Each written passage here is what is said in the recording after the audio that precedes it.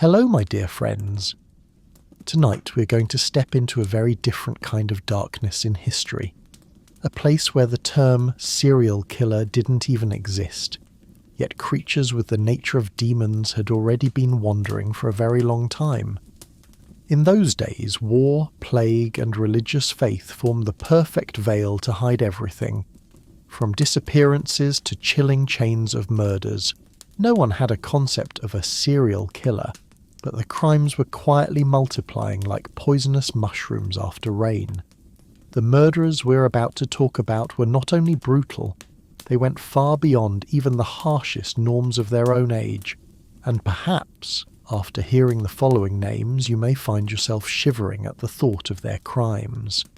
So, before we begin, take a moment to like the video and subscribe, but only if these stories genuinely bring you value. And as always, let me know where you're listening from, your location, your local time, or the weather where you are right now. Now then, turn off the lights, wrap yourself in a warm blanket, and let us enter tonight's journey gently. Gilles de Rais is one of the stories that makes the Middle Ages so difficult to sleep with. A human being who could stand in the brilliant light of glory, and then fall into the deepest darkness a person can create. To tell this story, we must return to France in the early 15th century, an era in which war, faith, and despair blended into a thick fog that hung over a nation exhausted after decades of conflict with England. In that setting, Gilles de Rais rose as one of the most skilled, wealthiest, and admirable knights of his time. He was a close ally of Joan of Arc, fought alongside her in numerous decisive campaigns, and played a crucial role in turning the tide of the war. At that moment, if you asked any French citizen, they would likely have described Gilles as a national hero. Yet history sometimes turns in ways that make our blood run cold. After Joan of Arc was burned at the stake in 1431, Gilles' life began a downward spiral that, when seen today, can only be described with two words: utterly incomprehensible. The collapse of his spirit after Joan's death, combined with crushing financial pressure from his extravagant lifestyle, pulled him into dangerous circles, recruiting alchemists, performing occult rites, attempting to summon demons in hopes of regaining the wealth and power he had lost. The Middle Ages were full of tales of magic and dark rituals, but few stories blended power, superstition, and violence quite like that of Gilles de Rais. It is believed that in the stone chambers of the castles of Machecoul and Tiffauges, where candlelight flickered against black velvet tapestries, his most horrific crimes took place. Testimonies from servants and accomplices describe acts so brutal that even by medieval standards, a time when cruelty was commonplace, they were enough to make people recoil. According to records from the period, Gilles abducted hundreds of young boys, mostly children of poor peasants or families too impoverished to search for their missing sons. These children were lured in, brought into the castle, and became victims in occult rituals that Gilles believed would restore his fortunes. The descriptions in the documents reveal a mixture of religious delusion, occult superstition, and a level of sadism that bordered on the pathological. For many historians, the most frightening element is not the number of victims, but Gilles' apparent belief that the rituals would actually work. A knight who once charged into battle with faith in God now sought assistance from the very darkness he believed could answer him.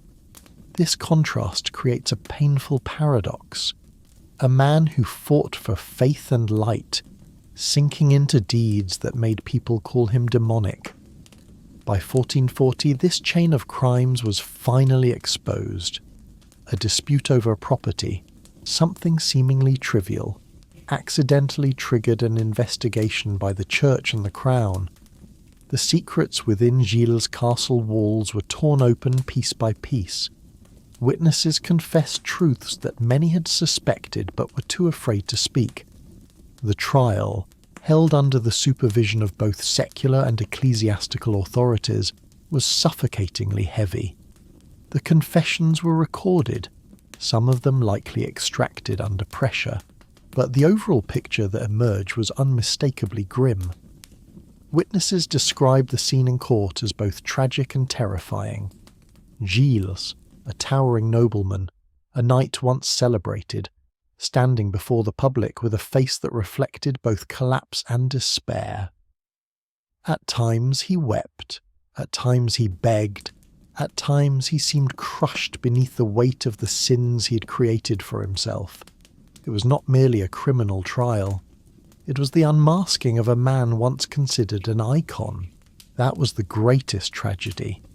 Not his death, but the disfigurement of his soul. Gilles de Rais was executed by hanging and then burned, a punishment reserved for religious criminals. His downfall left a deep imprint on the European imagination for centuries. Many believe that his story inspired the legend of Bluebeard, the wife-killer with a chamber full of corpses, a fantastical tale that nonetheless echoes frighteningly close to reality.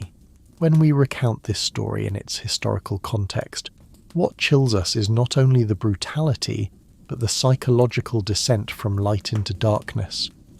A national hero can become a serial murderer, not because of magic, not because of real demons, but because of moral decay and the absolute isolation that comes with unchallenged power.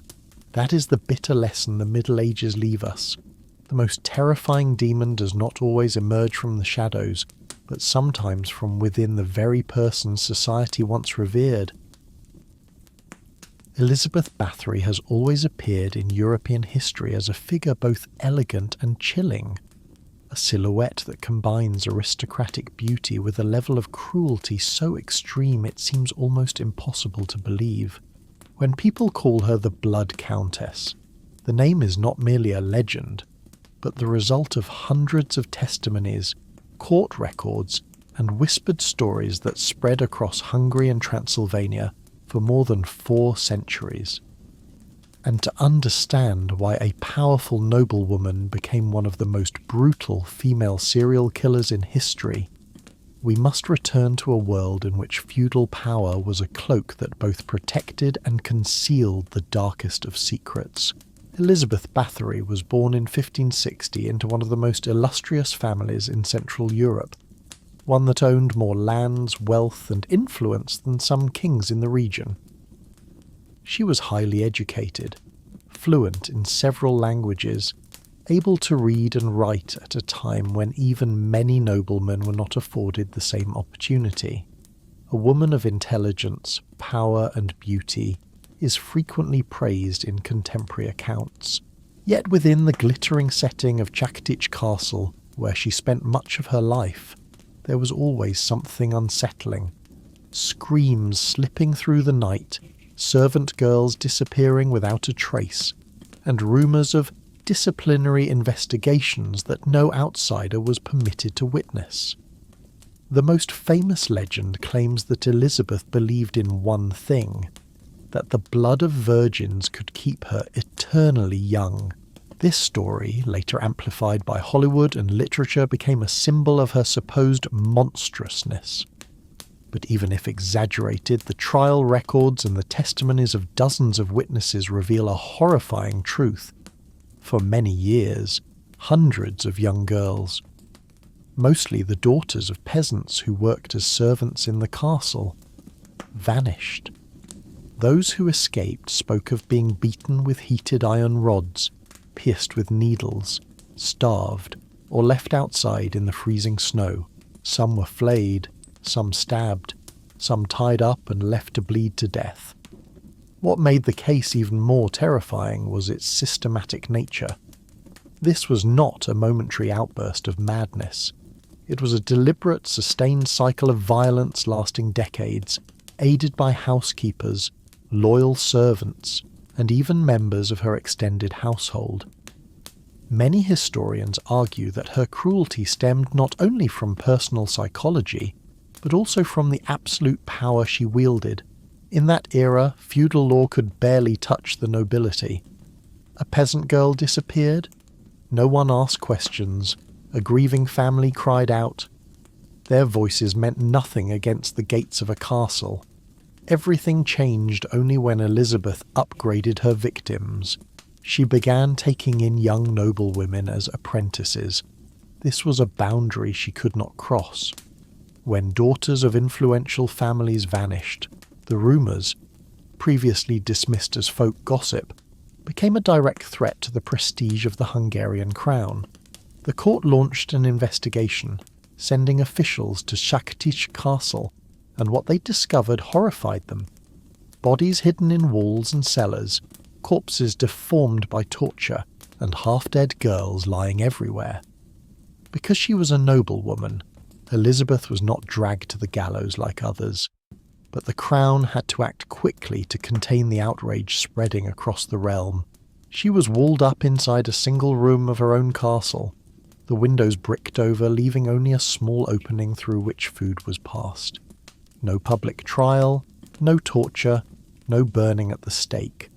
A punishment both gentle and ruthless, entombed alive within the very walls of power she once used to conceal her crimes. During the last 3 years of her life, Elizabeth lived in near absolute darkness. Some claimed she regretted her deeds, but far more records note that she never confessed. When she died in 1614, accounts say she was found lying neatly, her hands folded over her chest, as though merely sleeping a long sleep. The story of Elizabeth Bathory remains controversial today. Some argue she was framed because her family was too powerful and the crown sought to weaken them. Others believe the number of 600 victims was exaggerated, but most agree she committed real crimes and that their brutality surpassed that of countless figures in history. What makes her a dark legend is not only the horror, but the haunting contrast she embodied. A powerful, intelligent, beautiful woman who could have been a symbol of her age, instead became the terror of Europe. A noble title could hide atrocities, a castle could become a torture chamber, a society that never questioned authority could allow hundreds of lives to disappear in silence. And the most chilling part, this is not a folk tale. It is history, with all its coldness and cruelty. Peter Niers is one of the most unusual names in the criminal history of Europe.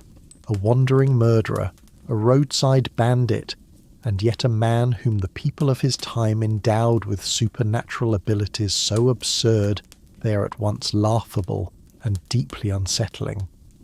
To understand why, we must look back to 16th century Germany, a world where fear of witches, werewolves, and dark magic clung to everyday life more tightly than the law itself.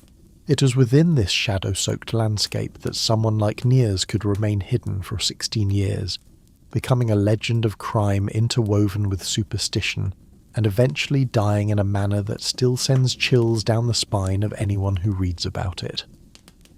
Peter Niers began his career with nothing supernatural at all, merely a vagrant thief who survived by robbing travellers along the dense forest roads and remote regions of Germany.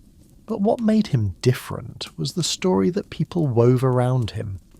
In surviving records, Niers is credited with killing more than 500 people, a number almost certainly exaggerated, yet reflecting a level of terror so widespread that truth and folklore blurred beyond recognition.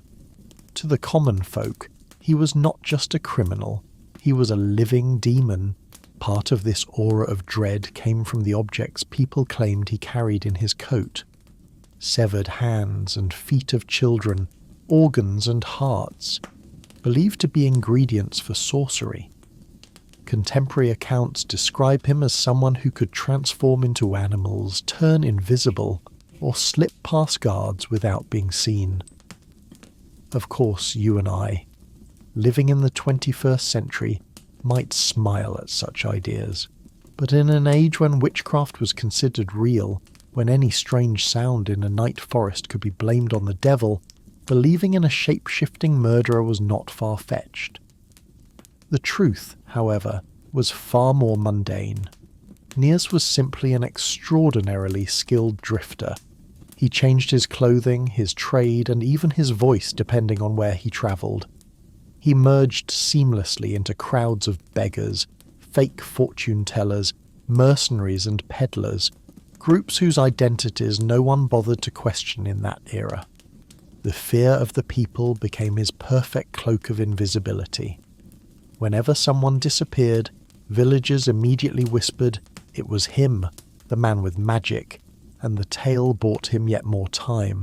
But the brutality of Peter Niers is undeniable. He preyed on those travelling alone through the forest roads, merchants, women, children, monks. Some records claim he was obsessed with charms and believed certain human parts would keep him from being captured. If true, his warped superstition mirrored the very terror of dark magic that dominated his age. Because of this blend of true crime and myth, the hunt for him stretched on for 16 years.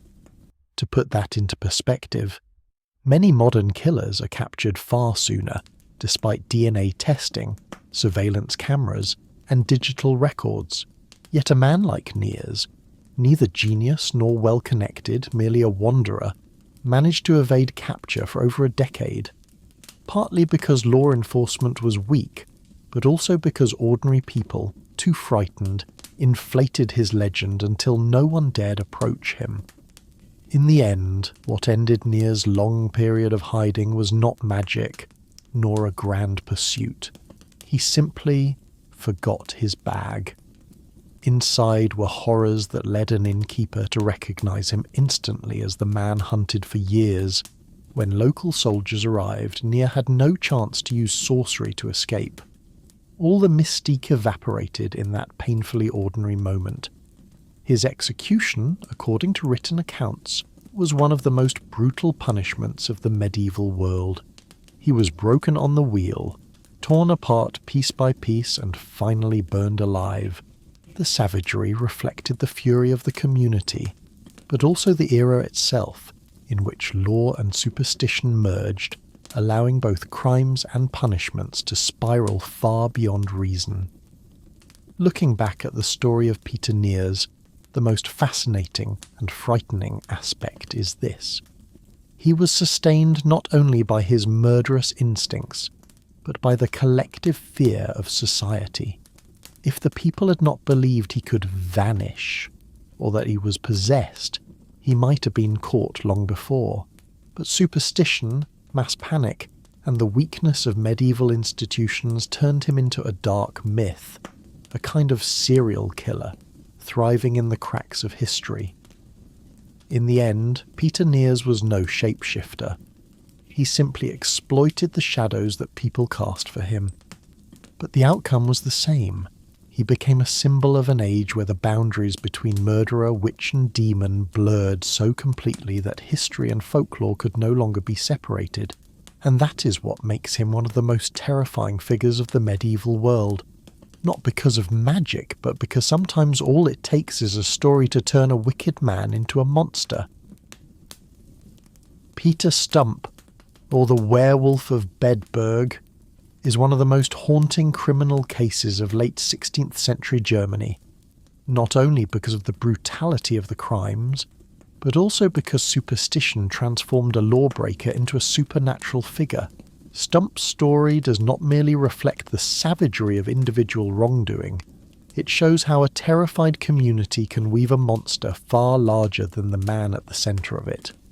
16th century Bedburg was a land steeped in war, famine, and fear of dark magic. Germany at the time was engulfed in the turmoil of the Reformation. Villages were ravaged, disease spread uncontrollably, and every unusual occurrence, from failed harvests to sudden deaths, was blamed on the devil. In this atmosphere, when the bodies of women and children were repeatedly found torn apart with flesh missing, no one suspected human crime. Instead, villagers whispered, "The demon wolf is back." Peter Stump was a local farmer, ordinary and unremarkable, but it was this very ordinariness that made his crimes even more shocking. When captured, he confessed to a series of horrific acts, attacking and murdering women and children, cannibalizing his victims, and even killing his own son. But what made Stump's trial notorious across Europe was the fact that he was not judged merely as a murderer. He was judged as a werewolf. According to his confession, Stump claimed he owned a wolfskin belt, a gift from the devil that allowed him to transform into a wolf whenever he wished to kill. To the modern mind, this sounds like a grotesque fairy tale rather than a genuine confession. Yet in an era when belief in demonic forces was as strong as belief in God, such claims were not only believable, they were treated as definitive proof of the devil's presence in daily life. In reality, there is no evidence that such a belt ever existed. What we do know is that Stump was tortured, and in medieval Europe, whatever torture compelled you to say was rarely expected to make sense. Confessions were not always about guilt, they were about stopping pain, and in Stump's case, society desperately needed a supernatural explanation to mask its own fear. A human serial killer? Far too terrifying. But a demon-possessed werewolf? Somehow easier to accept. Contemporary records describe Stump's behaviour as demonic, corrupted, inhuman. But from the perspective of modern psychology, these descriptions align with severe mental illness, obsession, delusion, and uncontrolled violence. Many historians believe he may have suffered from a form of antisocial personality disorder, combined with religious fear and social isolation. A dangerous combination in a world utterly ignorant of mental disorders. Yet the people of Bedburg did not think in those terms. To them, the mutilated bodies were irrefutable signs of satanic intervention, and Stump, a marginal figure on the edges of society, became the perfect scapegoat. His confessions, coerced or not, were immediately seized upon as proof of the existence of werewolves. Pamphlets, woodcut illustrations and oral tales spread across Europe, turning Stump into a mythic creature far larger than the man himself. Stump's execution was one of the most brutal punishments ever recorded. He was stretched on the wheel, had his flesh torn with red-hot pincers, and was then burned alive. His daughter and mistress were executed alongside him, a grim testament to how the law, when seized by mass hysteria, becomes as blind and destructive as the fear that fuels it. It reveals a frightening truth. Sometimes society not only punishes the murderer, but creates new tragedies from its own terror. The story of Peter Stump illuminates the complex reality of the medieval world, an era in which crimes were not interpreted through psychology, but through demons, where law was vulnerable to religious obsession, and where communities could easily transform a diseased mind into a supernatural horror to soothe their own anxieties. Today, looking back at this case, we can see two layers of tragedy. The first is the tragedy of the innocent victims, people who suffered at the hands of a man unable to control his violent impulses. The second is the tragedy of a society with no understanding of mental illness, choosing instead to blame the devil and allowing its ignorance to become a weapon that killed even more. Yet within the dust and shadows of medieval history we read a timeless lesson. When fear is not answered with knowledge, it becomes fertile ground for terrifying myths, and sometimes those myths kill more people than the criminal ever did. Vatslav the Lamplighter, known as the Forest Road Killer of Bohemia, is one of the least mentioned stories of the Middle Ages, yet also one of the clearest proofs of how dark the world of that era truly was. The landscape of 14th and 15th century Bohemia is often romanticised. Forest roads, moonlight falling across wagon roofs, and silent woodcutters living at the edge of civilization. But behind that poetic veneer lay a harsher reality that many contemporary records preferred not to confront. the presence of a covert criminal network, organised and cold-blooded, rendering the highwaymen of legend little more than mischievous children by comparison. At the centre of that network stood Vatslav, a man known to anyone living near the trade route that cut through the Bohemian woods, if not by sight, then by reputation. He was not a bandit hiding in the shadows as we might imagine. On the contrary, Vatslav appeared each day in a very respectable role. The man who lit the roadside lamps, a seemingly harmless occupation, even considered a service to the community. At night, as merchants and travellers followed the dark forest path, the lights he tended became guiding beacons, an unspoken reassurance that they were still on the right road. Yet those same lanterns were the lure that led them into the deadly trap Vatslav and his accomplices had prepared. For centuries, documents describing the disappearances along that road blamed bandits, forest robbers. In those days, merchants vanishing en route was common enough that people considered it an occupational hazard. But when late 15th century judicial records were uncovered, a horrifying truth emerged. These killings were not spontaneous acts by a few starving thieves, but the deliberate operations of a coordinated network led by Vatslav himself, the very man in whom the locals trusted their lives on those dark nights. Václav's method was simple yet ingeniously deceptive. He lit lamps along the safe portions of the road, but at a crucial fork deep within the forest, where the canopy blocked out the sky, he would extinguish one or two lights. Travellers unfamiliar with the route would turn toward the next visible glow, believing they were staying on course, only to be guided onto a dead-end trail where his men lay in ambush. Their goods were seized, their belongings divided, and their bodies buried beneath the forest floor where none would ever search. Some accounts suggest that Václav even sold information about travel schedules to neighbouring Hungarian and Moravian groups for additional profit.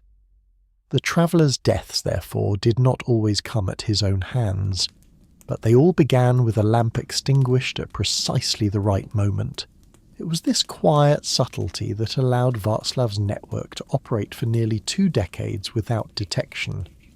It reflects a brutal characteristic of the medieval world: primitive law enforcement and fragmented communication.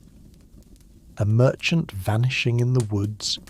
He might have been taken by wolves, swept away by a storm, fallen into a ravine, or simply starved and been carried off by scavengers.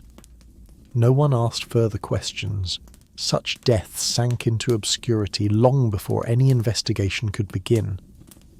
And men like Václav knew exactly how to exploit that blind spot. One of the most chilling details in the Bohemian court records is Václav's unnervingly calm attitude upon arrest. He neither wept nor begged. He simply recounted everything as if listing items on a tax roll. He regarded the killings as a natural part of his work, as though crime were not defined by morality but by efficiency. This has led many historians to suspect that Václav was not merely a murderer. He may have constructed an early form of mafia-like organisation, dividing spoils, controlling routes, assigning duties, and ensuring silence within the community. Viewed through a modern lens, Václav's network resembles the borderland criminal groups of today. Gangs that dominate smuggling routes, intercept merchants, and distribute stolen goods. But the difference is crucial. The Middle Ages had no such terminology. People knew only robbers, murderers, and thieves. No one imagined that such crimes could be orchestrated by a leader with genuine strategic intent. Thus, when the records were finally made public, what horrified the people of Bohemia was not merely the number of victims. Some documents suggest the toll may have exceeded 90, but the dawning realization that for many years they had lived beside a criminal system they did not even know existed. And when they understood that the deaths of nameless merchants had not been accidents of fate, but the result of a calculated network, the trust of entire communities began to crumble. But alongside the horror, Václav's story exposes the weaknesses of medieval society: isolated villages, scant legal coordination, and a cultural acceptance of violence as part of life. The murders were uncovered only because a young accomplice, arrested for petty theft, confessed everything in exchange for leniency. Without that confession, the network might have continued for many more years. In retrospect, Václav the Lamplighter was neither a legend nor a supernatural monster. He represented a form of criminality for which medieval society simply lacked the vocabulary, a kind of organised serial killer in which murder became a professional function and the crime itself was hidden behind the faint glow of roadside lanterns. And like every other medieval tragedy, this story reminds us that the most terrifying darkness is not found in the forest, but behind the ordinary face of a man everyone believed to be harmless. The Paris child strangler, or the Ogre of the Seine, is one of the most ambiguous yet chilling tales from 14th century Paris, a time when the city along the Seine was beginning its transformation into a commercial centre, yet still bound tightly by the shadows of superstition and the fragility of early urban law. Among the narrow, damp streets where the cries of vendors mingled with the smell of warm bread and the stench of gutters, a rumour began to seep through the cracks. Children were disappearing. Not loudly, not all at once, but one by one. One child was last seen running barefoot across a bridge. Another simply never returned after an evening helping in the family shop. And when fear had spread deep enough, the name, the Paris child strangler, appeared like a blot of black ink blooming across the already yellowed parchment of the city. Accounts passed down through the centuries claim that the culprit was a baker, a man with a small shop near the banks of the Seine. Outwardly he was unremarkable, rising early, tending his ovens, kneading dough, baking bread like any other craftsman. But neighbours recounted that they often heard strange noises at night, the scrape of wood being dragged across a cellar floor, or a fire still burning long after midnight. The children who vanished around the area left no trace, and suspicion inevitably drifted toward the baker, a man who already lived in isolation, spoke little, and therefore became an easy target for collective unease. Some said that when the city guard, a rudimentary force in that era, raided his cellar, they found small bones, scraps of children's clothing stained with ash, and peculiar objects arranged in patterns resembling magical rites found in forbidden texts. This gave the story the grotesque hue of bone magic, a belief widespread at the time that the bones of children could be used to craft charms, cure illnesses, or grant fortune and favour. Christians of the era were accustomed to living with both religion and superstition, but the combination of children, human bones, and secret rituals sent terror surging through the populace. Yet the most frightening part of the tale does not lie in what the supposed killer did, but in how the authorities handled the case. According to written notes from the Paris Council, the investigation was immediately suppressed.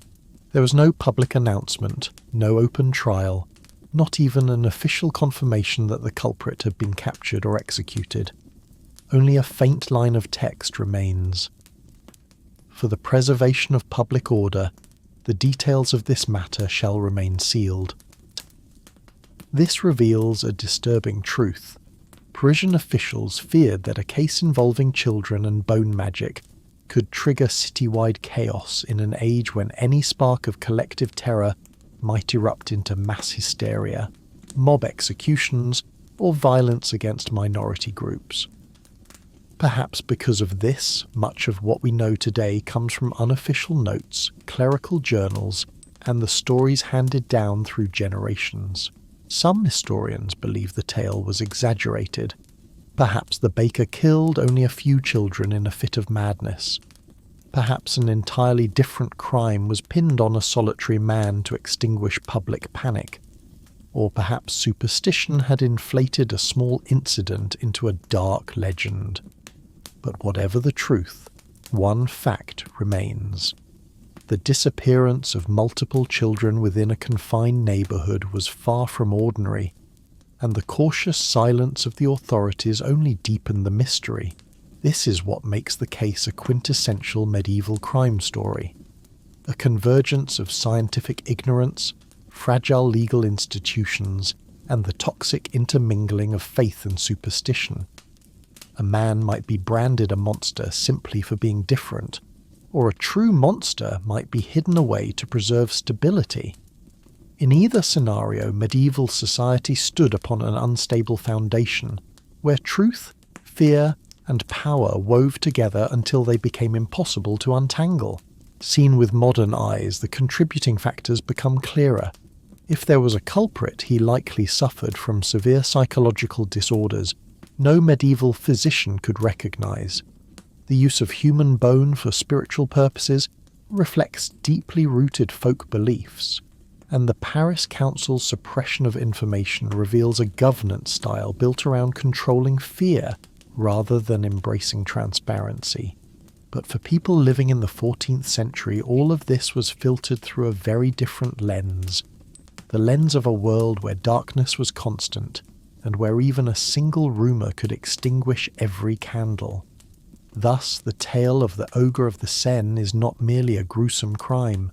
It's a testament to how a society deprived of rational light can so easily create phantoms of its own making. Phantoms shaped like a baker, a bone ritual, a missing child, and a fear locked in silence for hundreds of years. In the history of European crime, the story of the London burkers chills readers not because of overt savagery, but because of the cold, calculated silence hidden beneath the guise of scientific progress. Most people have heard of Burke and Hare, the notorious Victorian murderers who killed in order to sell corpses to medical schools. But few realise that 2 centuries earlier, in 15th-16th century London, there already existed a group of killers operating under the same model, murdering the homeless, the poor, the unclaimed, and selling their bodies to anatomy rooms desperate for human material. This was a period when anatomical science was only beginning to emerge.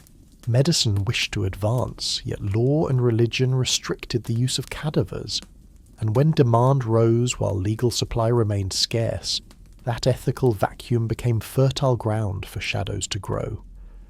15th century London was a city both expanding and unforgiving.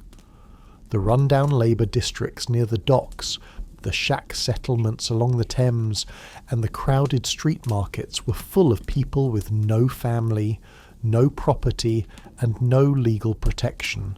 They were perfect for a scheme, disappearing quietly without anyone asking questions.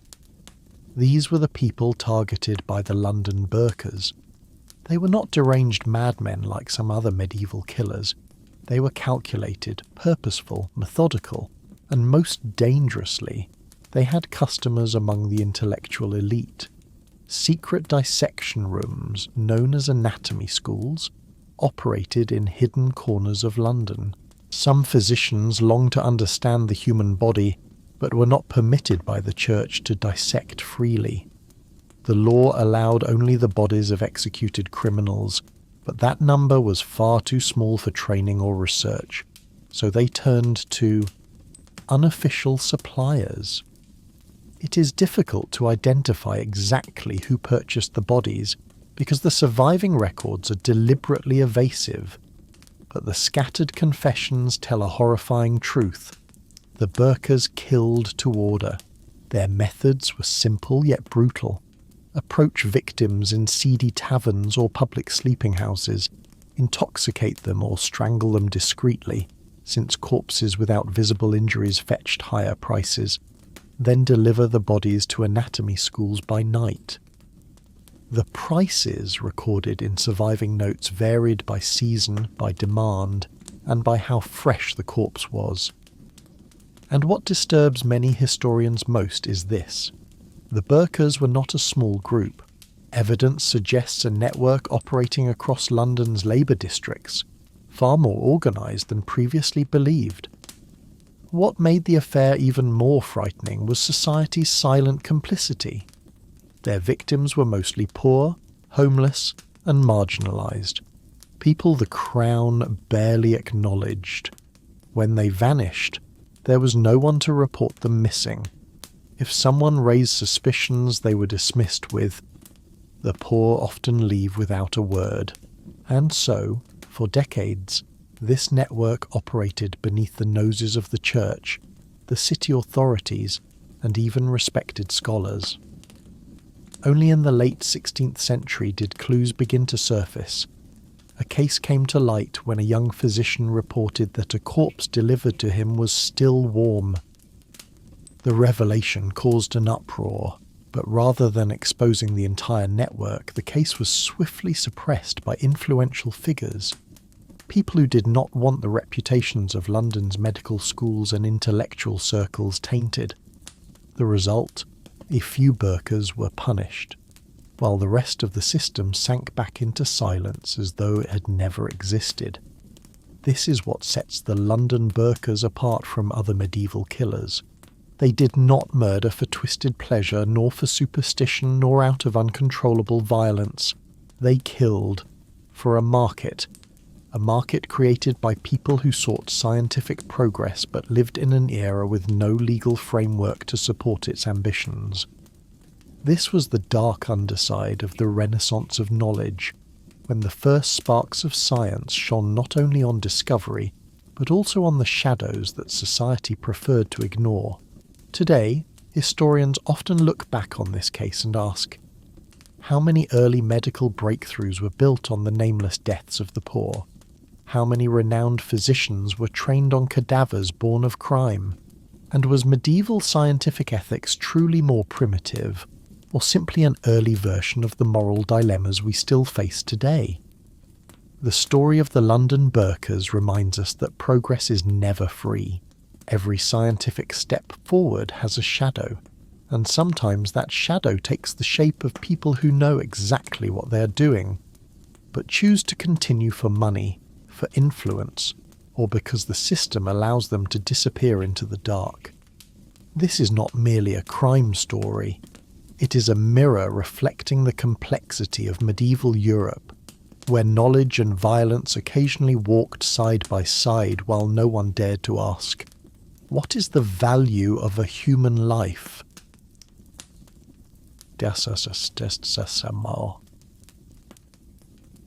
In the history of medieval crime, there existed a particular kind of killer that scholars now admit was far more sophisticated than the axe-swinging brigands on the roadside. Nobles who murdered with poison. No blades, no blood, no ambushes in the woods. Just a cup of wine, a mushroom stew, or a ring with a hidden compartment to release a few drops of a clear liquid, and a life could slip quietly away to the sound of festive music. Medieval poisoners, the aristocracy's masters of assassination, stand as proof of a cold truth. The higher the class, the more refined and harder to detect the method of killing. Within Europe's power circles, arsenic was mockingly called the powder of succession, half because of its harmless white appearance, half because it cleared the path for ambitious people to reach power faster than usual. Belladonna, meaning beautiful woman, wasn't only used to dilate pupils, but to dilate someone's final breath. Henbane caused hallucinations, convulsions, and foaming at the mouth, symptoms that medieval people easily attributed to demonic possession, meaning the death needed no further investigation.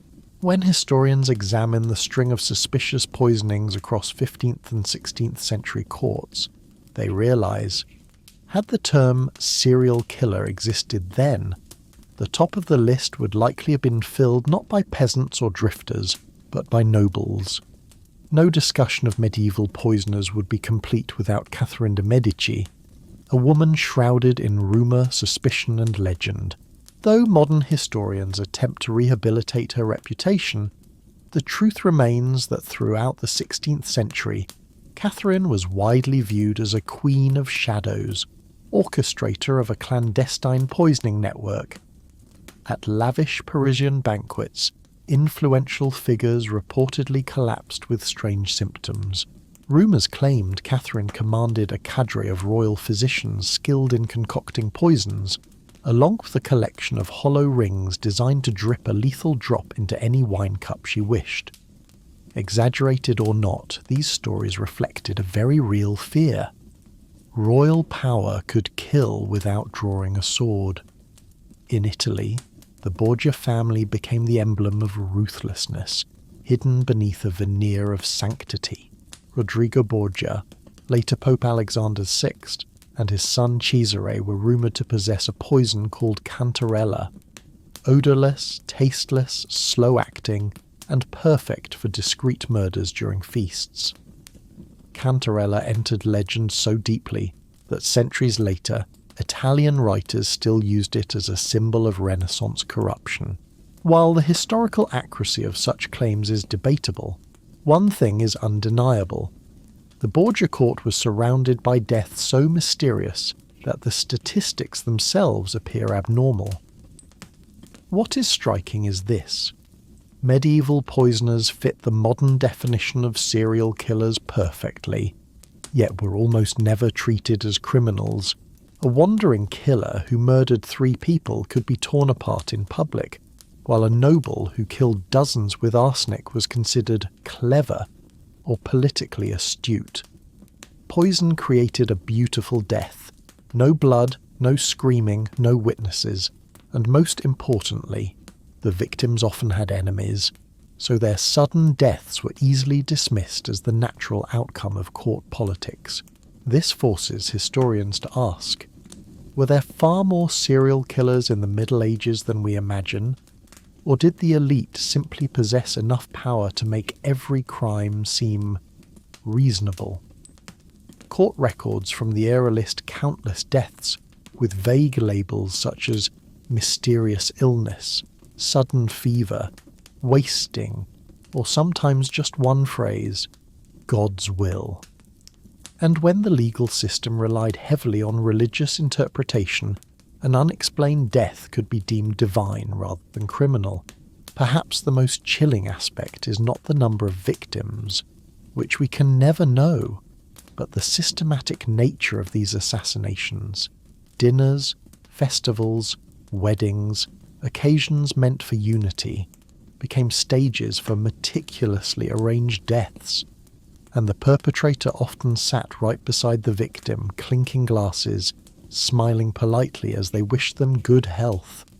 Today, the study of medieval toxicology is not merely an attempt to identify culprits in old cases. It helps us understand the power structures of the era. Poison was a tool of the elite, producing a unique class of killer, cold, discreet, and protected by the system itself. The tales of Catherine de' Medici or the Borgias are not merely chilling anecdotes. They are lessons in how violence can be concealed behind the polished manners of the privileged.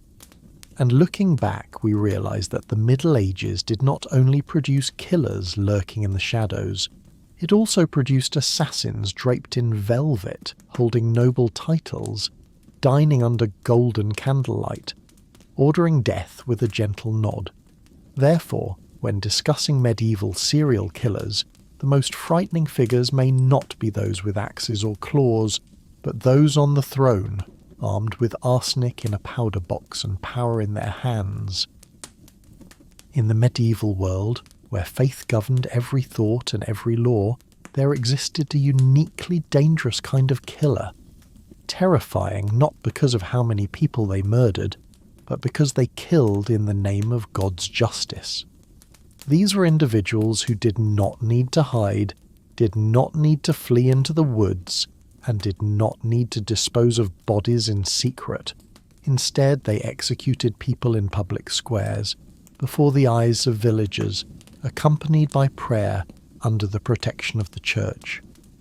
Beneath the banner of holy war, they turned killing into ritual and became judges of God, a role so dangerous that centuries later history still struggles to fully make sense of it. The so-called exorcisms and witch punishments were, in essence, a form of serial killing, but cloaked in a divine disguise. When a woman was accused of witchcraft, no evidence was needed, no witnesses required. A neighbour's headache, a birthmark on her skin, or even a whisper that she looked at me strangely, was enough to end her life. The legal system of the time considered witches enemies of society itself, and any method of torture, burning or drowning, was treated as justified. Those who carried out these punishments, whether judges or clergymen, were never seen as murderers. On the contrary, they were praised for protecting the community. At the centre of this storm of witch-hunting hysteria stood Heinrich Kramer, author of the Malleus Maleficarum, the Hammer of Witches. Published in 1487, it is one of the most destructive books in European history, for it provided a professional manual for identifying, torturing and eliminating witches, the majority of whom were women. Kramer, a monk consumed by obsession and misogyny, described women as prone to sin, weak of flesh before the temptations of the devil, and naturally inclined to cause harm. What is frightening is that these claims were widely accepted by the Church, making the Malleus Maleficarum the bedside manual of witch-hunting judges for more than 2 centuries. The women targeted by Kramer, and those like him, were not witches. They were midwives, widows with no protection, women who lived alone, or simply women whose personalities were stronger than society allowed. But in an age of superstition and scientific ignorance, anyone could be labelled an enemy of God, and thus mock trials were staged with solemn ceremony, the judge in a black robe, the priest chanting prayers, guards holding torches, and villagers gathering as if attending a religious rite. Although the entire process was predetermined, people believed they were witnessing justice, and when the flames were lit, the killers were not the ones who physically set the fire. It was the system behind them. When the law permits killing in the name of religion, the murderer does not need to hide. They exist within the very structure of power. They receive salaries, rewards, and the authority over life and death.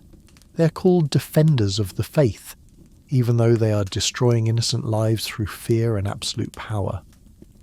In many parts of Europe, witch hunts became large-scale serial killing campaigns.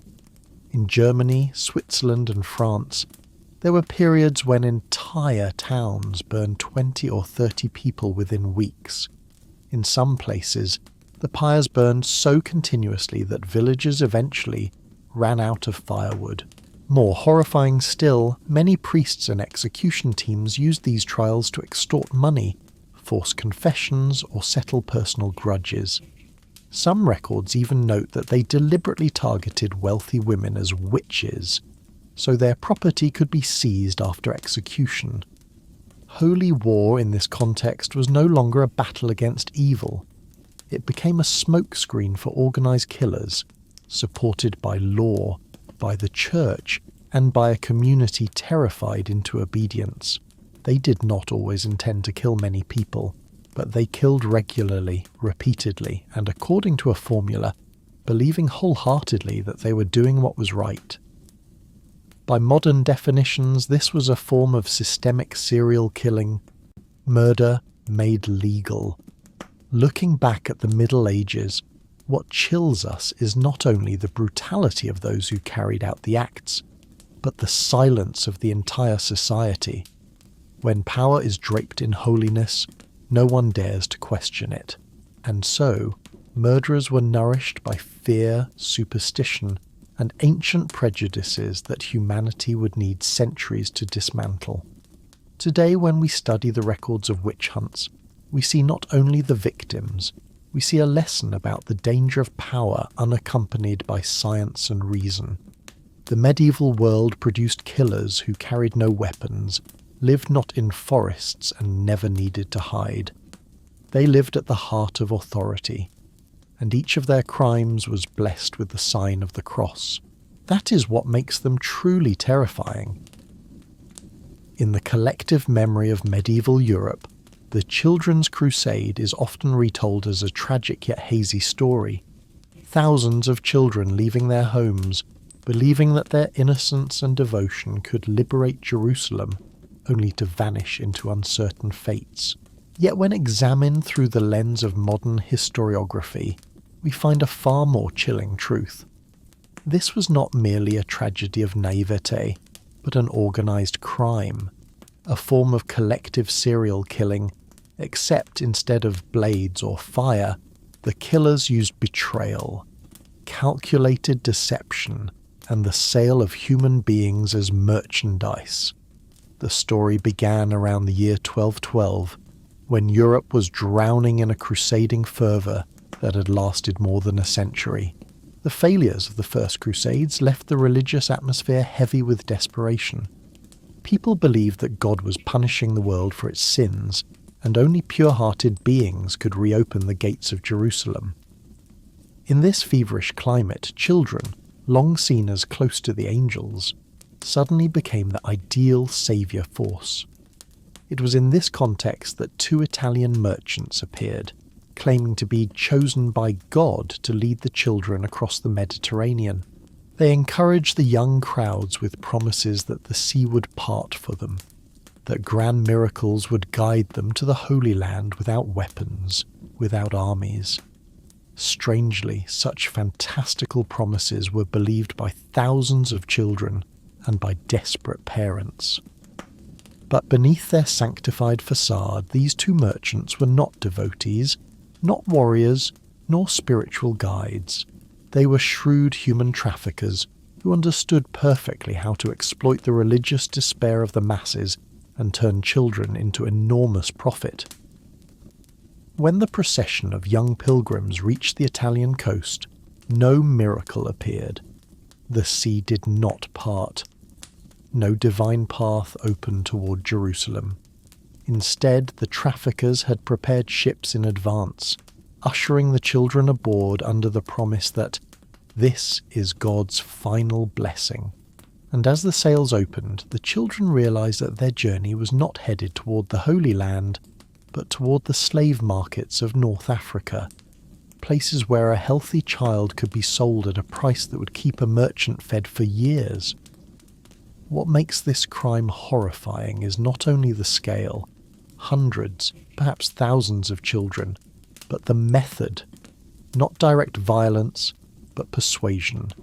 Not chains and whips, but the imagery of faith and the language of miracles. There was no need to chase or capture them.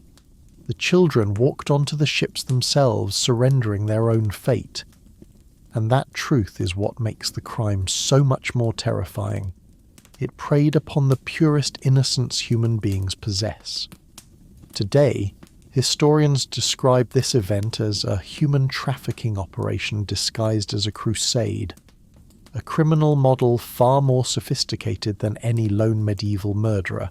For if a serial killer typically targets individuals one by one, these child traffickers targeted an entire generation. They did not only destroy bodies, they destroyed futures, erased hope, and shattered communities already fragile from war and poverty.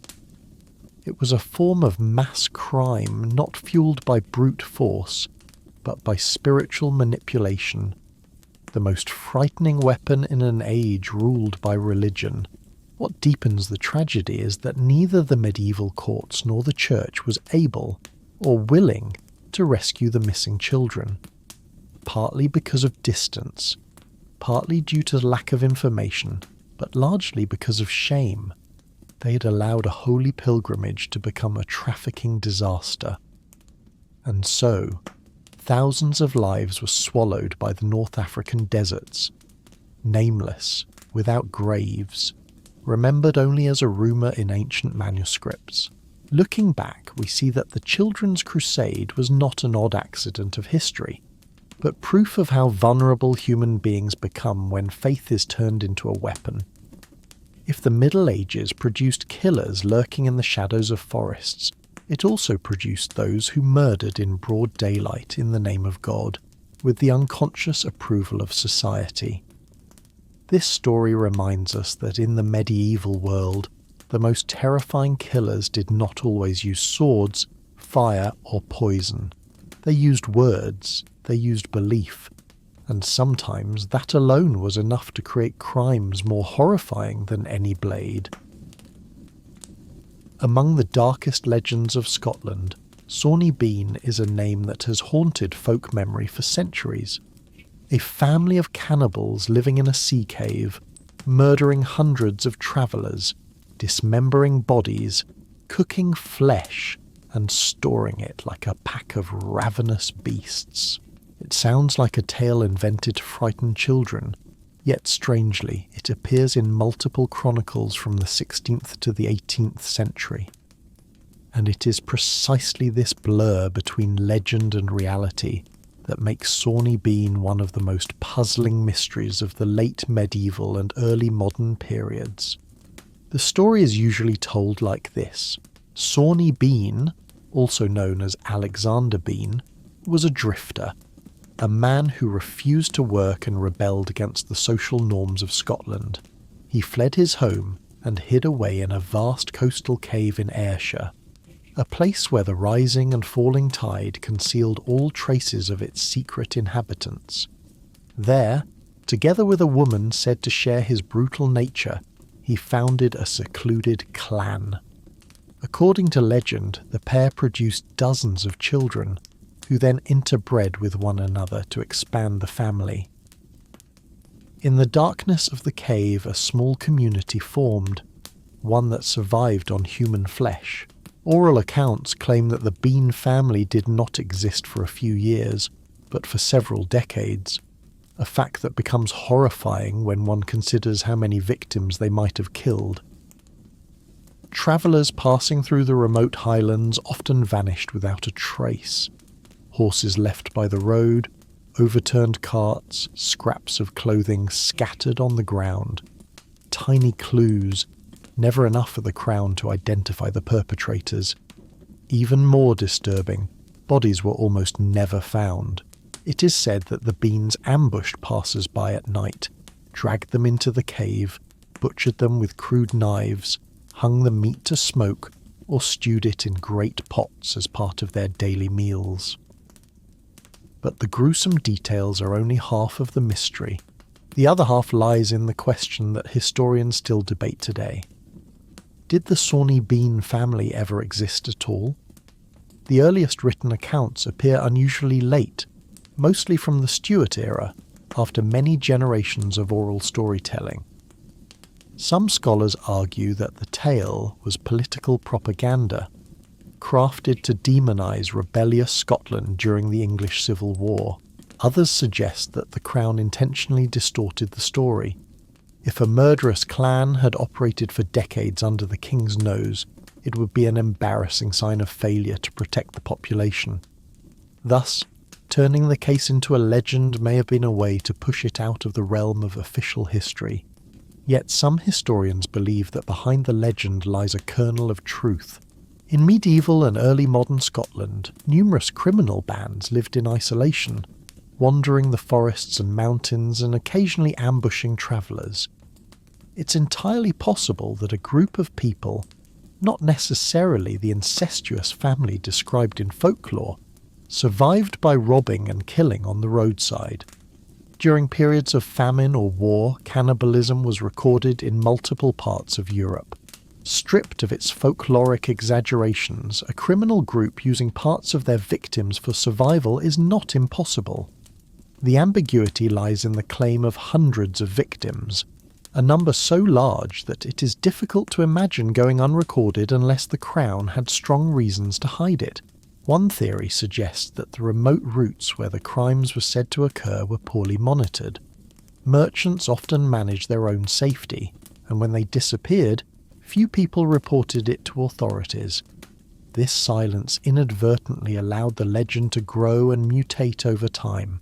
Regardless of whether Sawney Bean was real, the tale reflects a deep medieval fear, the terror of wild, uncontrolled spaces, of those who lived outside the law, and of the fragile boundary between human and beast.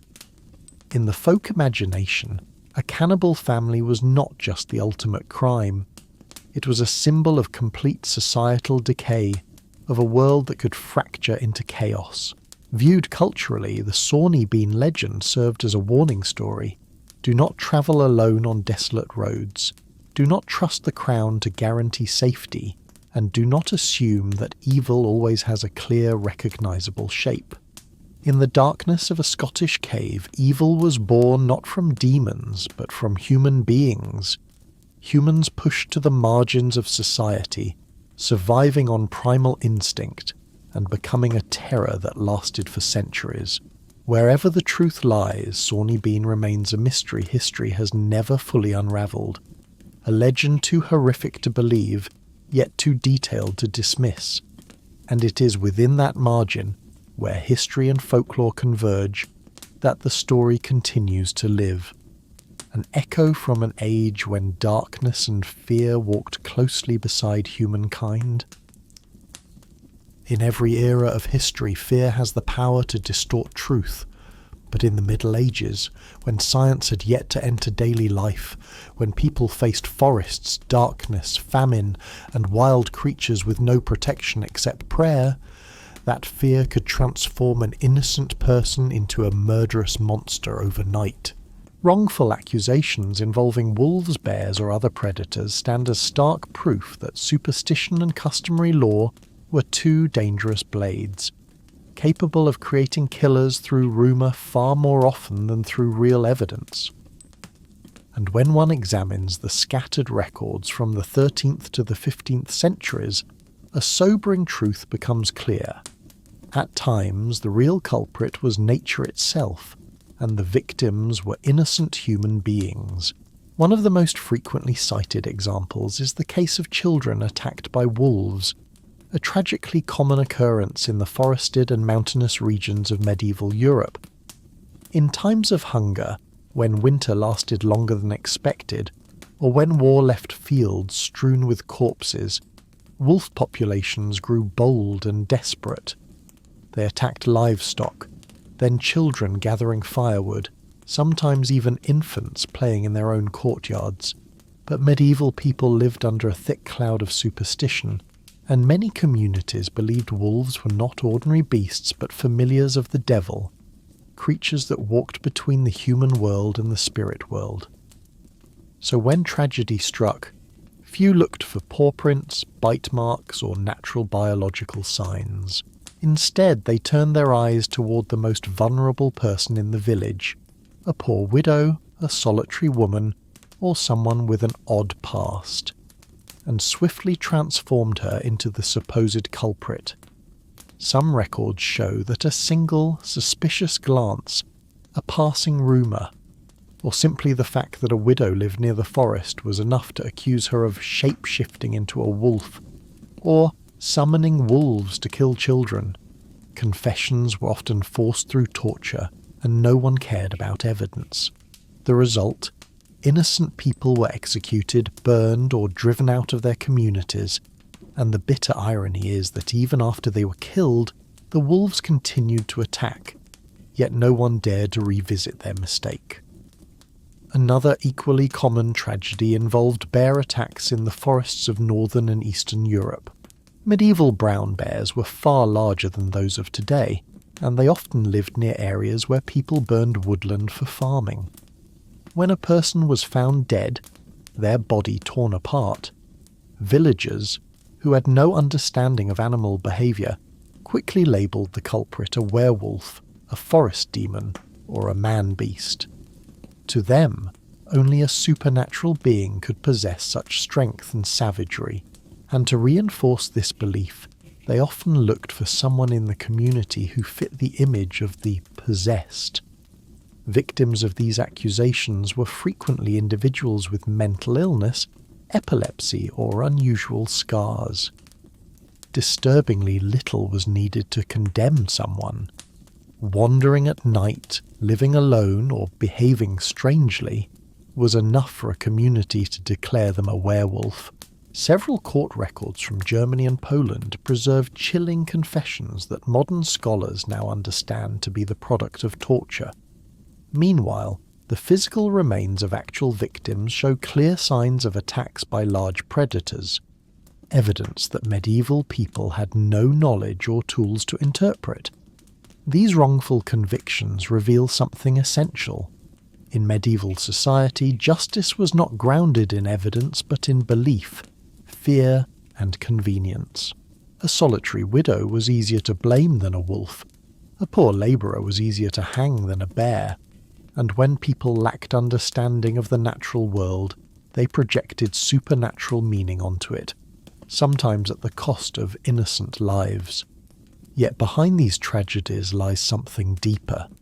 Medieval people needed explanations for events beyond their control. When children vanished, they did not want to accept the terrifying truth that anyone could be taken by the wilderness. When someone died in the forest, they preferred to believe that a single werewolf was the enemy, because that meant they could defeat it.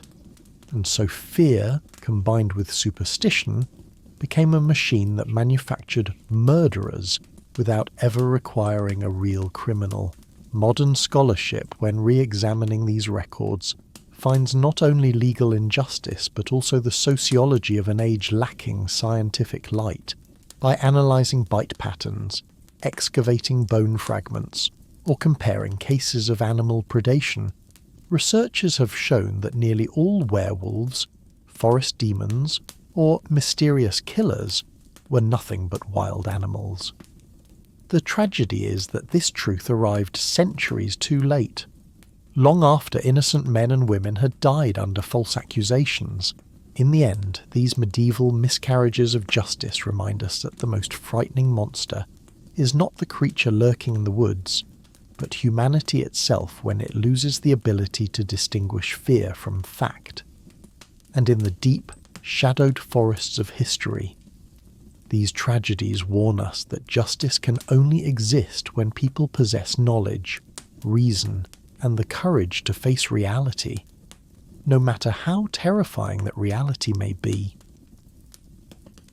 As Europe entered the late Middle Ages, it slowly emerged from the long centuries overshadowed by superstition, war, and rule enforced through absolute power. What is striking is that this transformation did not occur only in royal courts, military structures, or religious institutions. It happened at one of the most vulnerable points of human society, the law. And among the most profound developments was the creation of the office of the coroner, the death investigator, along with the first attempts to standardize judicial procedure. This was the moment when justice began to drift away from the grip of rumor, superstition, and social bias and move toward reality, evidence, and reason. Before the 12th century, if someone in a village died under unusual circumstances, the community would often turn immediately to supernatural explanations or the nearest convenient suspect. A widow living alone, someone with epilepsy, a poor labourer, or anyone whispered about as having a strange look in their eyes. There were no autopsies, no written records, no crime scene investigations, certainly no lawyers or systems designed to protect the innocent. Everything relied on testimony and collective belief. As a result, many killers were created out of nothing more than murmured suspicion, while the real causes, natural disasters, animal attacks, accidents, were forgotten entirely. The turning point came in England in 1194 under King Richard I, when the position of coroner was formally established. Ironically, its original purpose was not as noble as we imagine. The Crown wanted a representative who could oversee fines, confiscated property, and suspicious deaths to ensure that royal revenue was not lost. But unexpectedly, this financial role laid the groundwork for the earliest form of forensic investigation. The coroner had to examine the body, record the cause of death, and inspect the scene to determine whether the person had died by accident, suicide, or homicide. And from that point, investigations began to shift away from superstition and toward careful observation and factual evidence. This innovation sparked change throughout England and eventually across parts of Europe. Rulers realized that efficient governance required accurate information, not for moral reasons, but for social control and taxation. And to obtain accurate information, they needed clearer legal systems. Thus, standardized courts gradually emerged, along with the first crime registers. A case could no longer rest solely on emotional testimony. It had to be documented. The victim's name, the scene, witnesses, suspects, and sometimes even details as small as the position of a weapon or the condition of a corpse. These records, rediscovered by modern historians, reveal a slow but unmistakable transformation. From murder by demons to broken neck from a fall, from werewolf attack to wolf bite, from witchcraft to food poisoning. Page by page, superstition retreated from legal life, and rulers learned to distinguish between crime, accident, and the inexplicable. Yet this progress was not easy. Ordinary people, steeped in fear of the supernatural, did not always welcome a royal death investigator entering their village to examine a corpse. In some places, coroners were seen as disturbers of the dead, and autopsy-like procedures were considered sacrilegious. In many regions, the office remained mostly symbolic, as villagers trusted a priest's prophecy more than objective record-keeping. But gradually, change continued, and by the 14th and 15th centuries, legal documents clearly reflected early forms of rational investigative thinking. What is fascinating is that these records now allow us to distinguish real crimes from folklore. Documents confirming animal bite patterns, describing accident scenes, or recording genuine homicides help modern historians understand that most legendary medieval killers never existed. Instead, collective fear, religious superstition, and crude customary law distorted the truth for centuries.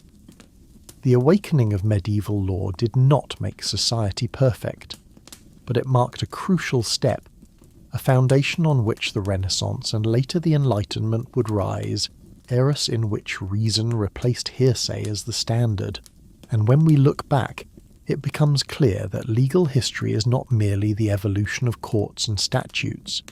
It is the story of how humanity learned to confront death, fear, and truth. It was the moment when justice first learned to stand on two legs: observation and reason. A small step, yet enough to begin pulling Europe out of the long fog of superstition. Not every monster bears fangs, claws, or grotesque rituals. Some were true killers, spreading misery with their own hands. But there were others who were merely victims of a society that understood nothing of psychology, nothing of illness, nothing of the mechanisms of fear itself. And there were those who went from innocent to guilty through the games of feudal power, a world where ruling through rumour was far easier than ruling through truth. And then there were monsters who existed only because human beings imagined them into being, to fill the void left by reason that had not yet learned to stand on its own. The medieval world was like that, an era in which no personal tragedy ever stood alone. It was woven into collective tragedy, amplified by ignorance, and at times twisted deliberately to serve the interests of the powerful. A knight like Gilles de Rais, once the heroic companion of Jeanne d'Arc, could become a shadow blackening the pages of history. A countess like Elizabeth Bathory could be both a product of extreme power and a legend that made later generations shudder. A wandering thief like Peter Niers could be inflated into an invisible sorcerer simply because society preferred to believe in magic, rather than admit that he was merely skilled at hiding, and perhaps among them were those who were entirely innocent, yet branded as guilty because of a strange gaze and unusual habit, or simply because they appeared in the wrong place at the wrong time. The darkness of the Middle Ages did not come only from killers. It sprang from a society in which fear was a tool of governance, and superstition a net that covered every thought. When someone vanished in the forest, the first explanation was not robbery or accident. It was a werewolf. When a child fell ill, villagers did not turn to medicine. They accused a widow of casting spells. Unexplained deaths became legends. Acts of violence became rituals. Confessions extracted under torture became evidence. And whatever people could not understand became the devil. The most terrifying thing was not the murderers themselves. The most terrifying thing was the society that allowed them to exist, or invented them, and then believed in these inventions as if they were true. A royal court could conceal a crime to protect its own reputation. A church could sanctify killing in the name of driving out demons. A small village could unanimously condemn an innocent person simply because it was too hungry, too frightened, or too willing to trust whatever the priest declared. And when the light of science had not yet reached them, everything, rumour and legend alike, carried the same weight of authority. Yet what makes the Middle Ages significant is not its darkness, but how it reveals human nature when faced with chaos. It reminds us that in the night we always have two choices: to believe in monsters, or to try to understand why the night exists at all. Modern science, with DNA, archaeology, psychology and isotopic analysis, has cast light upon the shadowed corners of the past, and as that light spreads, the monsters begin to dissolve, but they leave behind traces, the traces of fear, of ignorance, and of humanity's endless need to explain what it does not yet comprehend. Looking back, we see that the medieval era was not only an age of crime and darkness.